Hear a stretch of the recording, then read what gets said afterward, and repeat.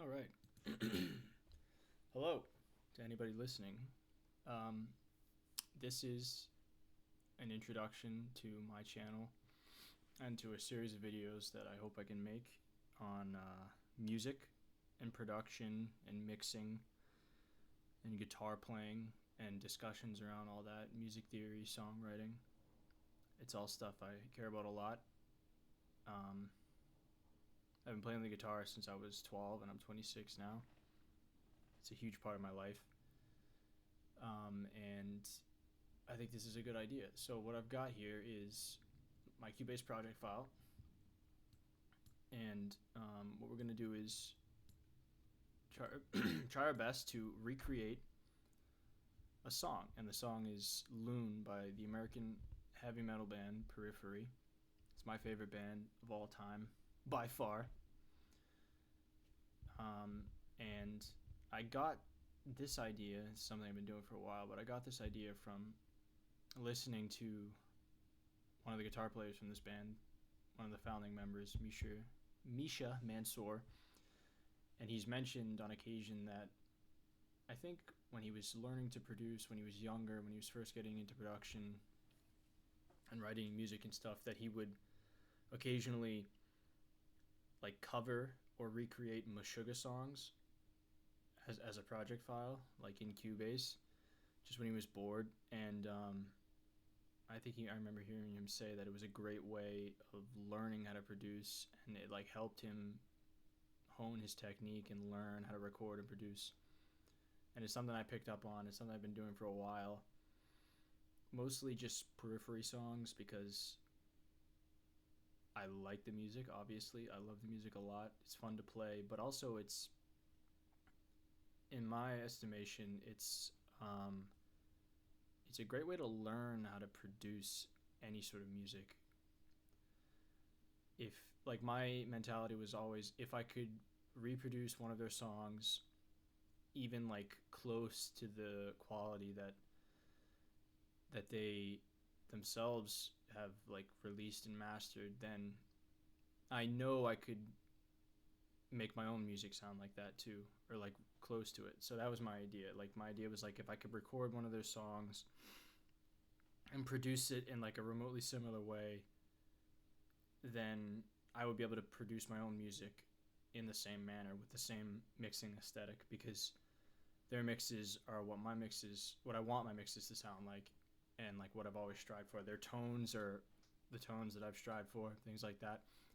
I'm super influenced by them musically, and I'm just like a huge fan of those guys, like Misha, Mark Holcomb, honestly all the guys in the band, Jake, Spencer, Matt, and Nolly isn't in the band anymore, but Nolly certainly. Like, I should say as well that almost all the settings I have in this project, like especially on the master bus, are all things I got from Nolly and Misha. Like, all of these settings, literally, like, I would watch their videos, their mix breakdowns, pause it, and just recreate the settings. And I think this is fine because Misha has said specifically in his videos, like, steal his settings. So yeah, super influenced by those guys. But okay, what I have here is Lune. We're going to work on Lune by Periphery. I have the drums programmed just for like the first section. So this will be the intro up until like the first chorus, I think, which is, the structure's a little strange in this song. It's like, it is a chorus, but it kind of sounds like a verse to me. But that, I have everything up until that part kicks in. So this is all like the first verse, the introduction,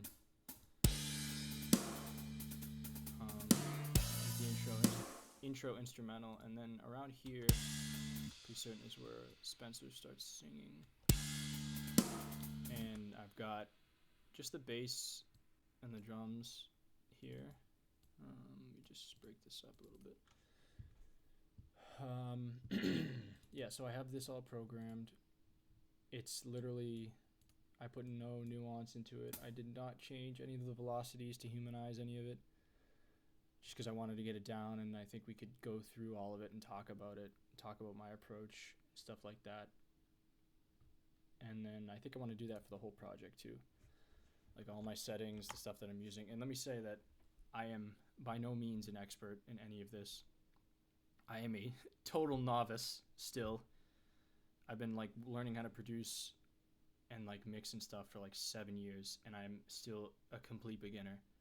There is so much that goes into this that I had absolutely no idea about. So many little things, so much nuance, so many details, so many things that I had to hone over years to even like remotely approach the sort of quality that I was looking for, or the standards that I was looking for. And through the course of that, I've learned a lot about this stuff, and I'd like to talk about it and discuss it. So hopefully this video and like the following videos will be a vehicle for that. And if we get anybody watching, I'd love to hear your thoughts on anything I've said, like any parts of the project, any parts of the song. I really want to, it would be cool to sort of foster some discussion around mixing, around the music, and the songwriting, the mentality, all that stuff that goes into producing music like this, because it's music that I deeply care about. I think like it's important music, and I want to talk about it. So I think that's a good vehicle for that. So I haven't recorded any of the guitar parts yet. Like I said, I just have the intro drums and the bass. So maybe we can take a look at the bass. Let's just glue this all together. So I'm using Gin Bass. I believe this is a plugin, well, it's an instrument, contact instrument by a company called Submission Audio, I'm pretty certain. Yes, there it is. This plugin is like absolutely incredible. I don't know if I would call this a plugin or an instrument, but either way, this instrument is absolutely incredible. It sounds, again, I'm a novice, but it sounds like identical to an actual bass to my ear.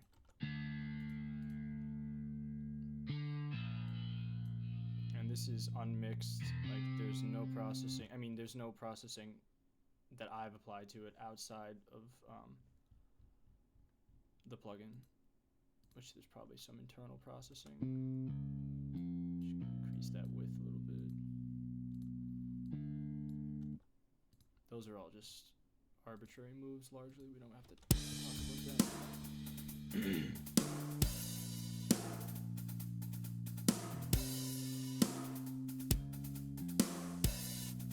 I think this bass line is so cool. Hold on, I got my... Good God. Let me get this tone out of here. Using Neural DSP, and I'm going to go over all this stuff. But this was the tone that I was using. Turn the reverb off and the delay. But yeah, this bass line is so cool. It's so simple, but like so moody.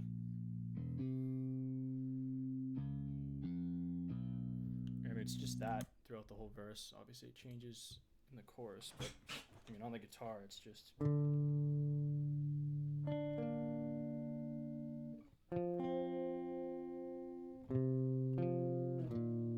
I think, I'm pretty certain that's what it is, but obviously in a lower octave.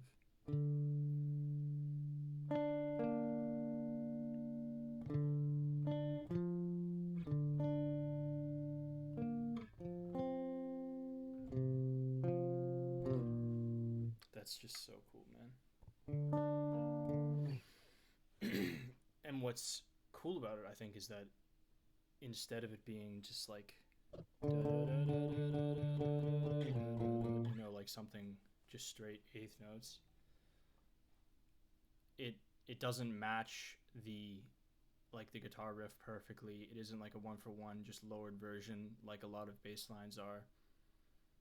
It's different, but it's adding a lot to the overall sound. Like it's acting like a counterpoint a little bit, I would say. And I think standalone, Like, it's interesting, obviously, standalone, but it becomes even more interesting when it's paired with the guitar riff, because the note changes hit like at certain points in the riff that change the way the riff sounds, like through the harmony of it, which is very interesting. So maybe what I could do is record the guitar riff so we can hear that. All right, so let's go over what I'm using here. I got Nolly, Archetype Nolly X by Neural DSP, an absolutely amazing plugin that I use for literally all of my guitar tones. And this preset, this is like just out of the box a preset by a guy named Kian Hushmand, and I know who he is. He's a YouTuber who makes awesome videos like centered around prog, like modern prog, a lot of like Periphery stuff as well. I think he's Australian, but he's a great guitar player. And I didn't even know he had a preset on here. I just discovered this the other day, but like some of these presets are just incredible. Like Kian's Default. This one, I mean,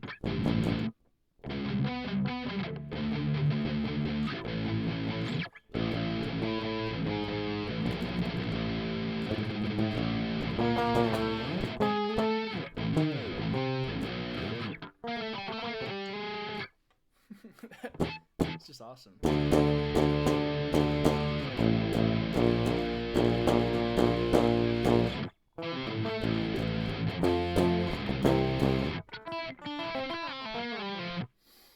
I don't know that riff that well, but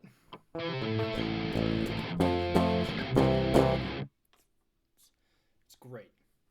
This is just out of the box. Like, you could probably put like a bit of a high pass on.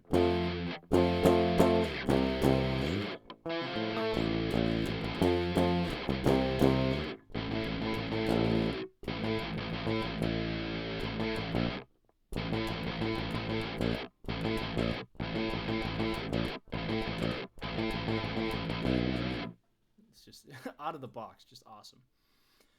But yeah, we won't need that for this song, so we'll go back, and the tone I'm going to use is this. And again, I just turned the reverb off because we didn't need it.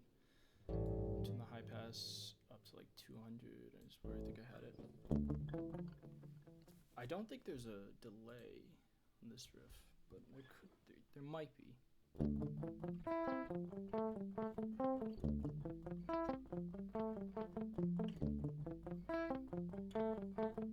It's awesome.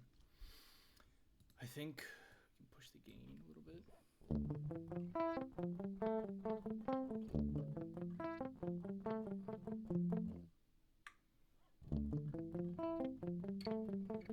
That should be good. I think there are some changes I could make to it. I mean, definitely several, but we'll talk about that later, I think. So yeah, that is the amp sim. I'm not using this right now. Let's get this out of here. Sorry.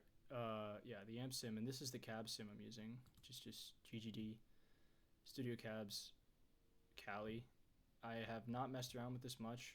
I literally just created a preset that I stole from Misha from one of his videos, and I use it for everything. Just like with Neural DSP, like this plugin is super deep. There's a lot to it, like all of these settings that I have not touched at all. You can tweak like absolutely everything. I think it's well documented, like everyone on YouTube has talked about this. It's a fantastic amp simulator. Sorry, not an amp simulator, a cab simulator. It's just awesome. GGD, almost everything they make, I use all of it. It's all awesome. It's allowed for me to get the sounds that I've been looking for, you know. And of course we haven't even touched this. This is a whole nother story, but I'll talk about that in 1 second. Okay, so we got our amp and our cab simulator. So let's just get the riff going. I'm gonna start from no, screw that. Actually, we'll start from here. The beginning has an interesting thing in it that I want to talk about. But first, we're going to this going. All right, let's hit it.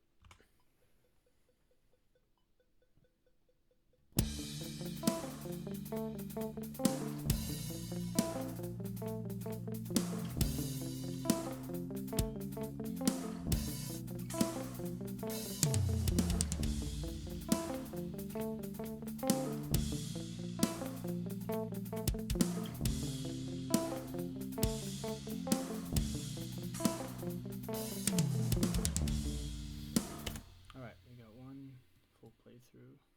Let's hear that.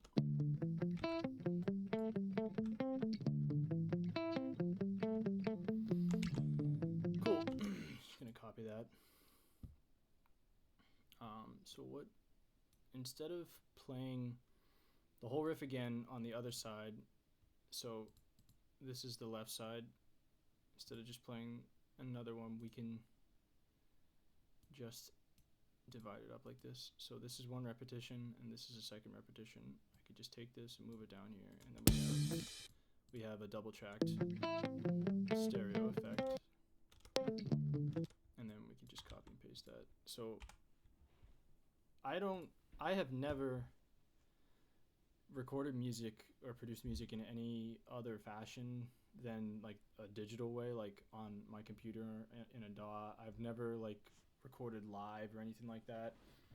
I've never even played live. I've never been in like a legit band. I was in a band when I was like 14 in high school, and we played a couple songs by like System of a Down and Weezer just in my friend's garage, but never in front of people, just for fun. So I've never done anything live, and I know people have different perspectives and like different methods of approaching recording. Like some people want it all to be live. Like some people would just want to, punch in here and just record the playing of the entire riff until the end, and do the same thing for the other side. And there's nothing wrong with that. You could probably get something interesting from it as well. But I think it's just faster to do it like this. Like the only issue with doing it like this would be like little pop-in things. Like sometimes there'll be little pops between the two different audio files. But usually if you play the riff, like if you don't just stop there for like just this section and you continue into the next one, they will connect a lot better. And I learned that from Misha. He would say like always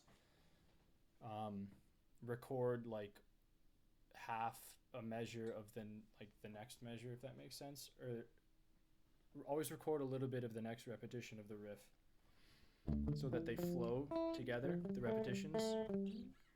So I've done that, and maybe all of that was a long-winded excuse for being lazy, but it's just going to copy that. It's probably more than anyone needed of an explanation on that. So now we got one set of double track guitars, and we got our bass. I'm going to save this.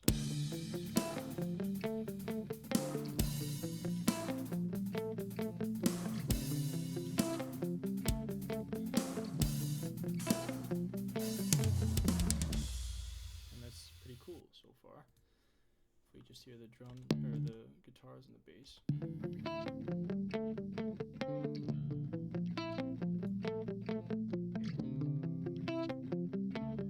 Oh, there's processing on this. I didn't even realize. Okay, I wanted to, since this is a template, sometimes I forget to take the processing off that I was previously using. So it's probably going to sound worse now, but it's okay, because I'd like to go through all the processing too. Let's turn that off.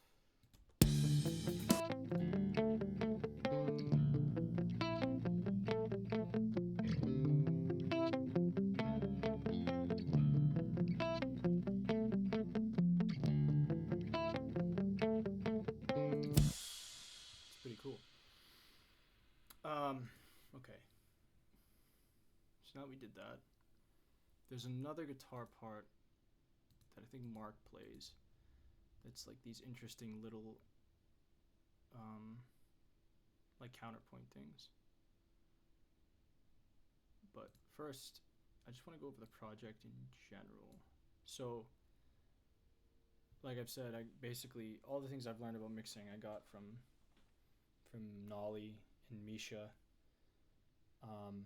and all their videos talking about mixing, talking about EQ and compression and recording. I got all this from them, and I've approximated like their methods as much as I could. But one of the main things that they always talk about is top-down mixing, which is having a master bus that all of the instrumentation and all of the sounds in the entire project run through. So if we just take one of the instrument sums, like the snare,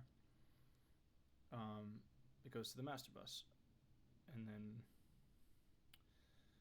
even these I'm pretty sure go to the master bus, like the drum parallel. It might not, so that, no, since that's in parallel, it's just mixed in, but it probably should go to the master bus, but whatever. So top-down mixing, I don't think it's something original to those guys. They think they got it from other people as well.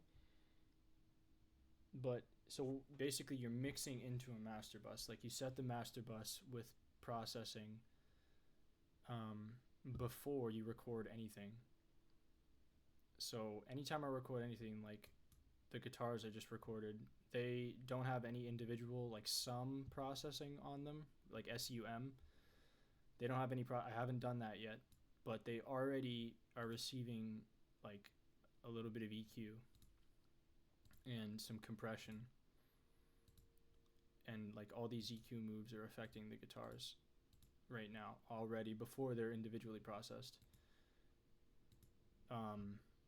So again, I'm a complete novice to all this, but like from my understanding, what this is doing is, at least in part, it's like adding like a layer of glue to the whole mix. So before the instruments are individually processed in their sums, we have like a little bit of processing that's thrown on them. So this is like the first layer of glue that holds the mix together, especially the compression. Compression is still largely a mystery to me. But like I theoretically understand it, but in terms of applying it to get like the sounds that I want, that's still a bit of a struggle because I find it pretty complicated. But this compressor, this is Smash and Grab, obviously, another GGD product, this is only affecting the snare, and like seriously, again, these are just settings I copied from Misha in one of his videos, and I've gotten great results, I think, so far. I think what this is supposed to do, which it doesn't always do, is like hit the snare. Like you should see it should only like chop off a little bit of the snare transient, or like stop it from poking out of the mix too much. I think like the snare is very much controlled, and like the whole kit sounds like how I want it to. It's not poking out too much, so that's doing its job, but sometimes it doesn't seem like it. Okay, so that's the master bus, and then I have a bus. Sorry, so this just goes to the stereo out, and that makes sense. But I got a bus for each of the instrument groups for the distorted guitars. So what that means is that, obviously, pretty self-explanatory, all of the individual guitar tracks get sent to this sum, and they're processed there as a group, as opposed to like opening each of these and putting EQ on each one, which is what I was doing for like 2 or 3 years in the beginning, because I didn't have sums set up and I didn't understand like the value of them and stuff like that. But I do now. So we got one for the guitars, one for the bass, one for the clean guitars, one for the clean bass, and then snare, kick, overhead room, toms, cymbal. And then we have some parallel compression. I don't use this, the guitar parallel compression, but I just have it in case I want to use it. And then the drum parallel compression I do use, and is like pretty extensive. So there's a lot to talk about. The drum parallel compression is just like, so if you just add generally when you compress things, like instruments that their character and their timbre largely has to do with the quality of their transient, and which is like the snare specifically. The transient is the initial burst of sound at the beginning of like the audio clip, and it gives like the attack of the instrument its character. It's kind of hard to understand. I don't really understand it very well, but the transient is the word used to refer to that initial blip of sound at the beginning of a sound wave. And I wish there's probably some way I could like demonstrate this, but like it's hard to. We could zoom in a little bit. Okay, yeah, this right here, like this initial, like we see, oh, there's nothing here, and there's a spike. That is the transient, as far as I understand. And the transient contributes to the character of the attack. And compression really affects the transient. So you can compress. So like when you're compressing a snare, the way the parallel compression works is like usually you'll start with like a little bit of compression that will just level out the dynamics of the sound and won't compress it too tightly or too much. But then what you do is in parallel, which is where this term comes from, you compress the same sound but like compress it dramatically and with a lot of compression. And what this does is the character of the attack is maintained with like the initial light compression, and then the parallel compression that is like really slamming the transient helps to like prolong the sustain of the instrument. So when you mix them together, you have both like the aggressive attack and the attack quality of the transient that you'd like, along with, you know, a lot like more sustain, because usually you'll lose the sustain with like the non-paralleled compression. But see, like clearly I'm very much unsure about all this. Like, I don't understand it that well, but that's just what I've picked up. And please, like, if anyone's watching this, this is my first video on YouTube. I don't even know if anyone will watch it, but like if you do and like you have thoughts on that, please let me know. I'd love to hear what people think about that, like what your understanding of compression and how it affects the transients and all that stuff. But okay, so those are all the sums. I'm not going to go over the individual processing on the drum stuff just yet, because like I could seriously sit and talk about all of this for a long time. But I want to go over the actual drum instrument that I'm using, which is Modern and Massive 2 by GGD. This just came out like 2 weeks ago or so. It's awesome. I'm using a preset called Tech Bro because it was it had like the snare sound that I wanted. But Nolly just released a video going over this instrument, and he explained that there's like, I think he had like 27 different artists all create different presets. So you can go through each of these, and like I haven't touched 99% of this stuff I haven't touched. There's just so much to it. It's incredibly in depth. Before this, I was using GGG's P4 pack, and I was like very happy with the sounds I was getting out of it. But then they released this instrument, and what I like about this, and the reason I purchased it and wanted to try it out, is because it's standalone instrument. Like it doesn't run on contact, which I'm pretty certain reduces the processing power needed to run it, which is like a big concern for my setup, because like I have a good computer, but it's like I'm pushing it really hard with the amount of processing and stuff I do in Cubase. So any way to reduce that is good. And beyond that, like it's incredible sounding. Like that kick is awesome. I love the way the cymbals sound too. Like, oh my god, it's so hard. It is so difficult to get a good drum sound.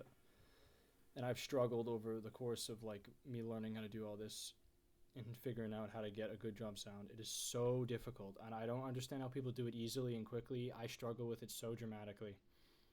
But like this product like really simplifies it for me, I think.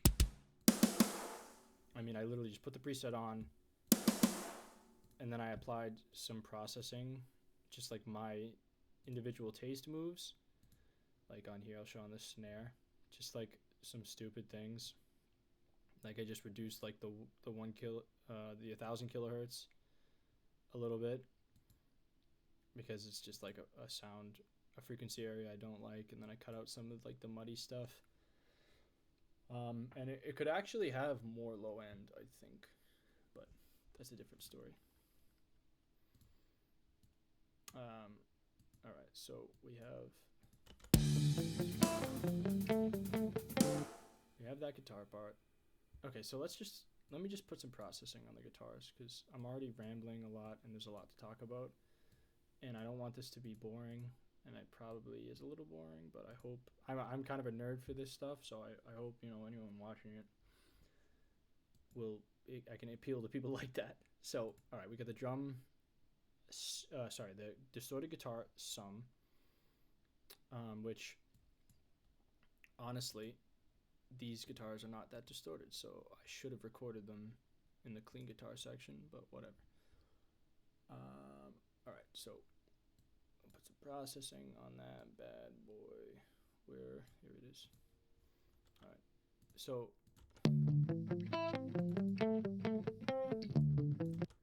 in terms of EQ, it's actually not bad at all, I think. Again, I'm not great at this, but I'm just doing what I can to make the sound better. I'm very limited, like in my experience, but this is just like the stuff that I've learned. So what I'm using here is, this is a Slate, I think Slate Digital is what it's called. They make like virtual plugins of all these different like outboard gear items. And I'm pretty sure you can purchase each of these as a standalone plugin, but what this is, it's like a virtual mix rack is what it's called, and you can just load up any of these modules. Like obviously we have all these different categories: dynamics, EQ, harmonics, I'm sure that's presence, miscellaneous, and mastering. And this comes with something called Slate All Access, I'm pretty sure, which is like a subscription service that you pay for monthly that gives you access to all of their products. I'm pretty sure it's all of their products. It might just be like a vast majority of them, but it's a lot of them. So what? And this is like dramatic. Like this is a lot of stuff. It is like such a great value.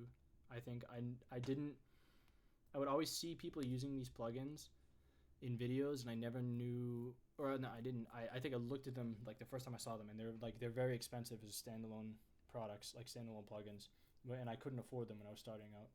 So this is only something I got into recently, and it's like very much a game changer. Like you can use a graphical EQ, like what I was using before is like FabFilter Pro 3, which is really good because you can see the spectrum, and you can like dynamically cut things out where you need to, and I like that a lot. But I've been experimenting with this approach, which is like a non-graphical EQ,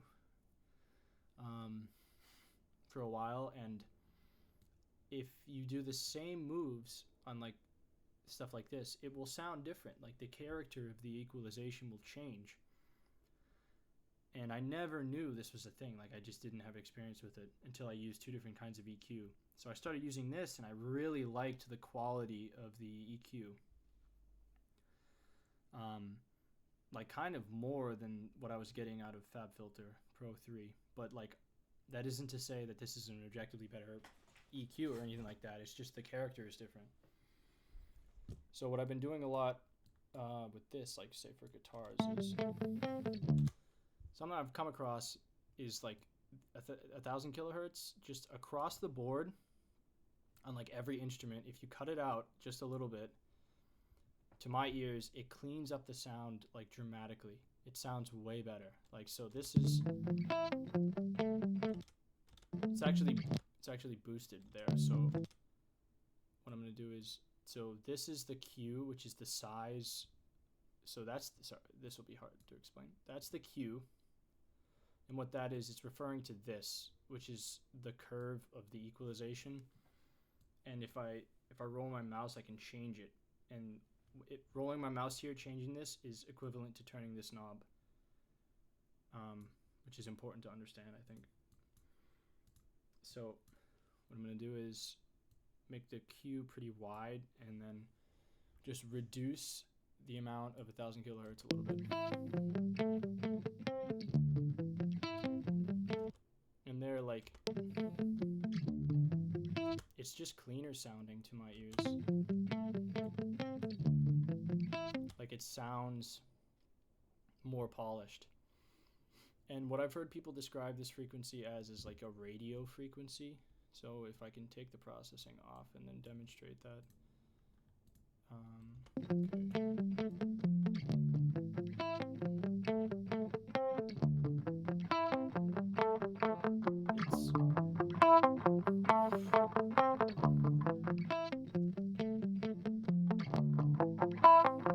It's not a friendly frequency. It's like a radio effect. It's hard to I can't think of an example of a song, but like you have all definitely heard a radio effect in a song, or like a radio distortion effect, but it's a frequency I've been taking out a lot, and it just cleans things up. Like I just cannot stand sounds that are like muddy. So speaking of that, the next move I would make is like around 200 to 300, and even like 200 to 350 is an area of the frequency spectrum that can be very muddy. And for guitars, it's usually, I've found, like around like 270. So I'll turn that up and just cut that out a little bit, like 5 decibels. And it's very subtle, and you might not even notice it much, but like the lower mids of like that boom, you know, boom, like that'll clean up a lot. Which, I mean, it's already very clean. This tone is very good. So next is like the higher end stuff. I found around like 4800 is an area that can be kind of harsh. So we'll just increase the Q a little bit and then reduce that.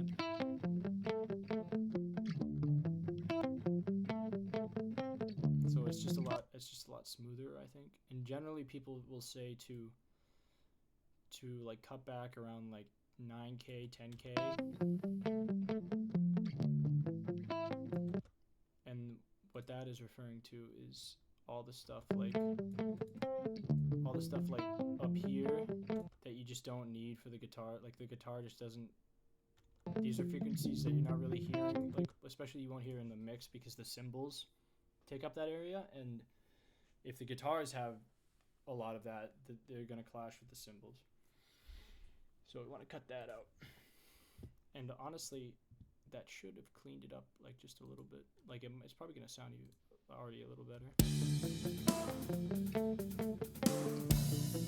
Yes, one more thing. We need to, just the low end. The guitars do not need, I'm pretty sure we can just do this or this one. Yeah.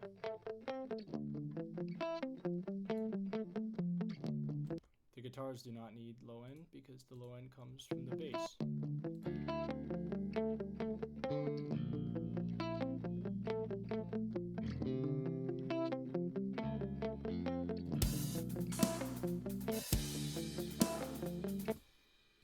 Actually, as well, these guitars are got a lot of mid-range action going on.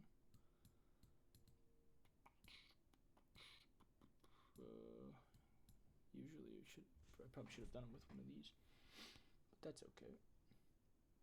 I can probably make it a little darker.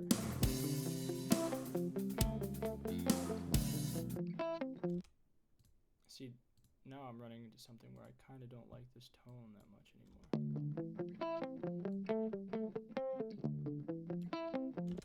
It might just be the mid.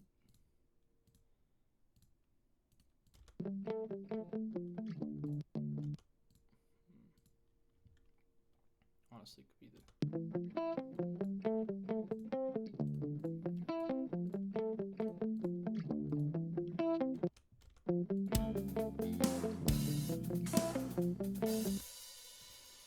Yeah, I'm not really happy with that tone anymore, so I'm gonna change it.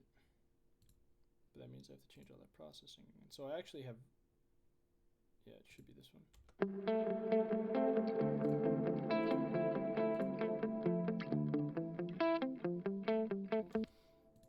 I've like attempted to reproduce this song on many occasions, so I have this tone ready to go.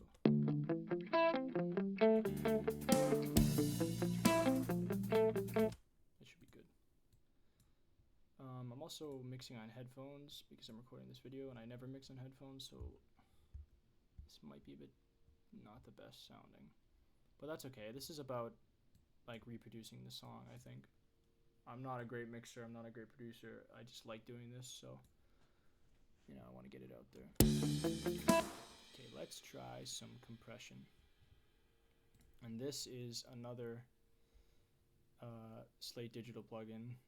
It's a compressor, VBC FG Gray. So like someone like Nolly or Misha could tell you exactly the hardware compressor that this is simulating, but I don't know anything about that stuff. I just know like it's a cool compressor and I like the sound of it.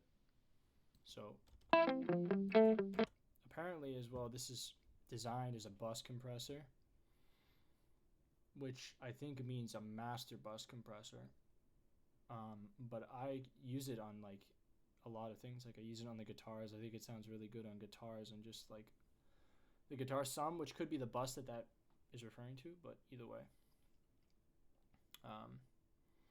Yeah, so we're gonna. I don't want much attack. Like this is not a heavily distorted tone. The attack isn't important. We're not looking for much impact. I want like a little attack. So generally what I've found is if you don't want a lot of attack, just reduce the attack dramatically, which is gonna what will do is the compressor will grab the transient and like crush it quicker, which means there'll be less attack. And to reduce the attack even more, you could have a very slow release. So what it does, the compressor will grab onto the sound, compress it, and then the release will affect how long it's compressing the sound. And you have to keep in mind that all of this is occurring within milliseconds. And what it's affecting is the transient and then the sustain a little bit as well. But all of that happens like instantaneously, so it can be very difficult to hear. I mean, that's what I've found. I'm only speaking from my experience. So what we're going to do is input is around there. Oh yeah, it's spiking. Okay. Just going to increase the threshold and then see what...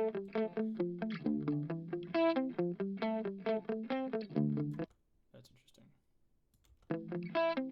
Oh, yeah. There we go. The ratio, a lot of this like I kind of just randomly throw on because I'm so inexperienced with it. I've heard people say like keep the ratio around like 3, but I really like a very compressed sound, like especially if it's not heavy guitars where the attack is important, or like the kick drum where the attack is important. If it's a clean guitars, I don't really like want any transients. I don't want any attack. I want it to be like a pad, you know. And I think increasing the ratio and doing like the things I'm talking about here will reduce the attack dramatically.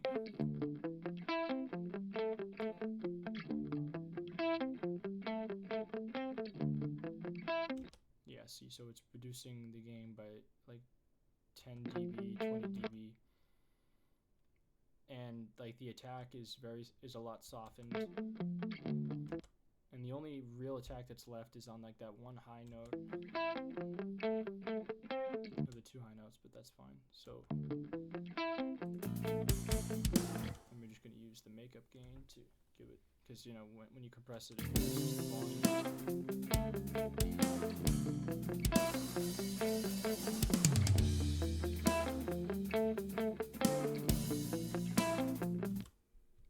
It's still like very mid-rangey. So I'm gonna be stereotypical as hell and just cut a lot of the things out.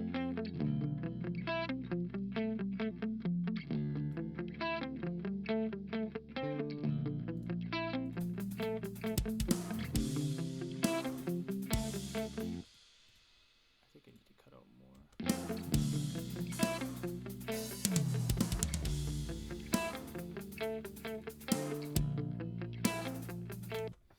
Yeah.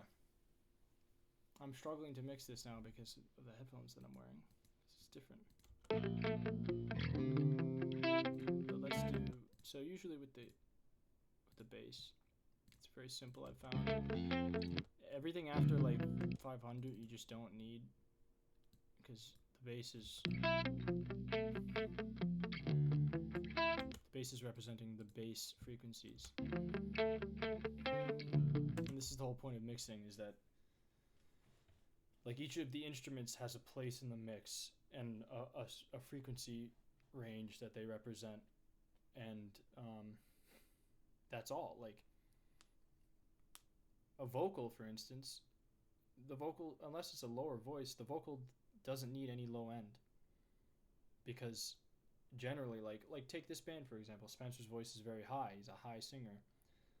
So you can cut out all of the bass out of his voice because it's just not necessary for that instrument. And if you leave it in, it's going to clash with the instruments in the mix that represent the bass, like the bass guitar and like the kick drum and the other things that have like residual amounts of bass, like the guitars too, a little bit.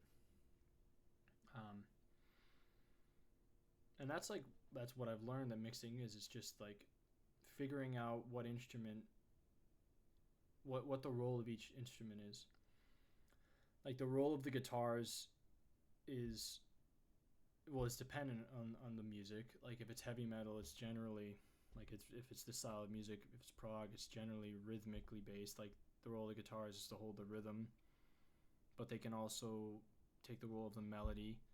Like in this band, like a lot of their music is the guitars both being a rhythm instrument and like a melody instrument simultaneously, which is one of the cool things about their music.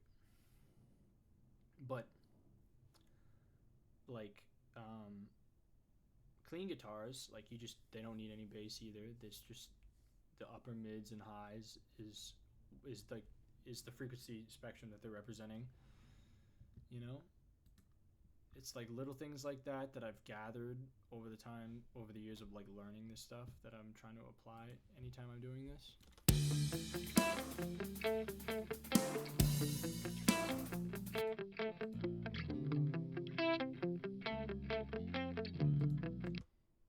Alright, we're just gonna, this is still too shimmery, I feel like, so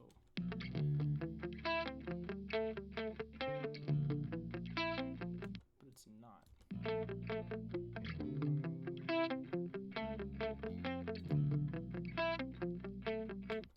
What we are going to do is compress the bass.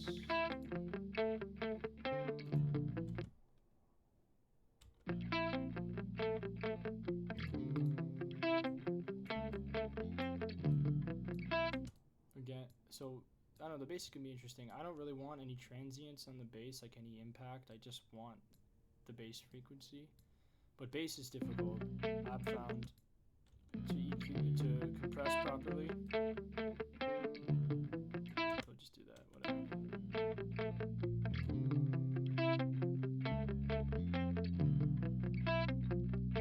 That's nice. So that, to me, that sounds good. The guitars could actually be more compressed.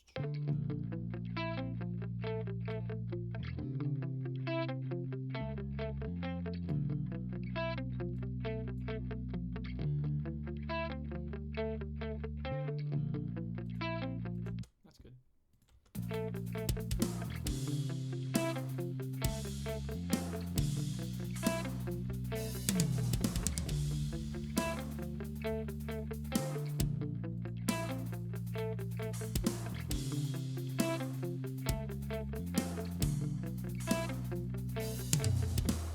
did not even do this.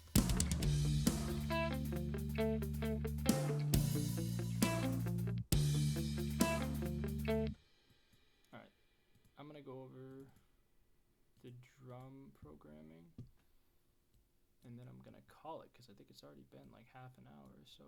So, what I got here.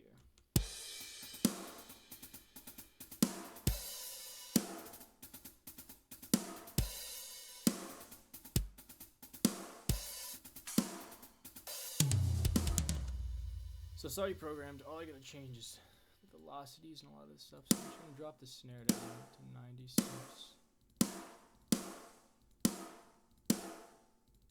Oh, we need that.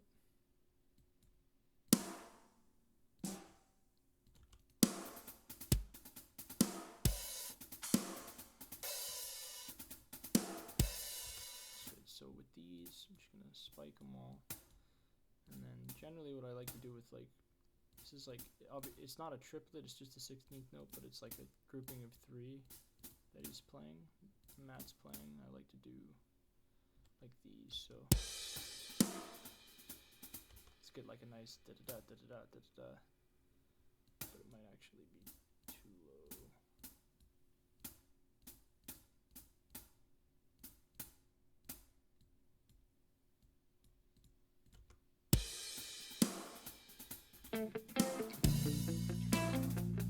That's good, I like that. And then this, generally these like fast flurries, you kind of want to like increase, like move up like a curve like this, you know, it'll sound more natural, I've found. And then we'll do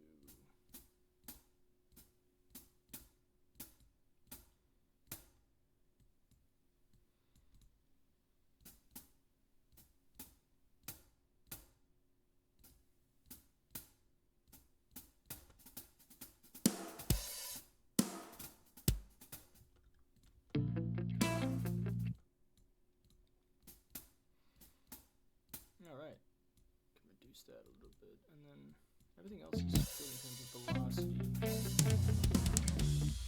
I haven't applied much processing to the toms, so these ones are like poking out a little bit, they have a lot of low end. These things sound good. Now see, these are getting lost. Bump that up a little bit. Nope. Okay. Pretty sure. I don't think there's any other changes in these, so we're just gonna copy and paste that. Alright, but I'm gonna end it there. So I hope this wasn't too rambly. You gotta bear with me here. I have never recorded a video before. This is my first time doing this. And it was fun, I enjoyed it. And it's something I've been wanting to do for a while. So if you watch this and you like it, if you'd like to see more like recreation stuff like this, let me know. Comment, like, subscribe, all that jazz. It's so weird for me because I've been watching YouTube videos, and like it's like where I consume most of my media for like 15 years, and I've now going to be uploading my own video. It's cool, you know. But if you like this, if you're into this sort of stuff, leave a comment, please. Tell me what you think. If there's anything I said that was wrong, tell me. Because there probably was a lot that was wrong. Again, totally new to all this. I want to make more videos like this discussing production and songwriting and stuff like that. There's going to be a part 2. Part 2, I'm going to go over the chorus, which is the next part of the song. The chorus, I'm going to finish the intro, and then there's like a little ambience we're going to do in the intro. And there's some layers to this as well. There's like a piano layer that goes in here. Another clean guitar, like ambience layer, and then there's also like a counterpoint we're going to put in. But that'll be it. My name is Lucas, and thank you for watching. Bye-bye.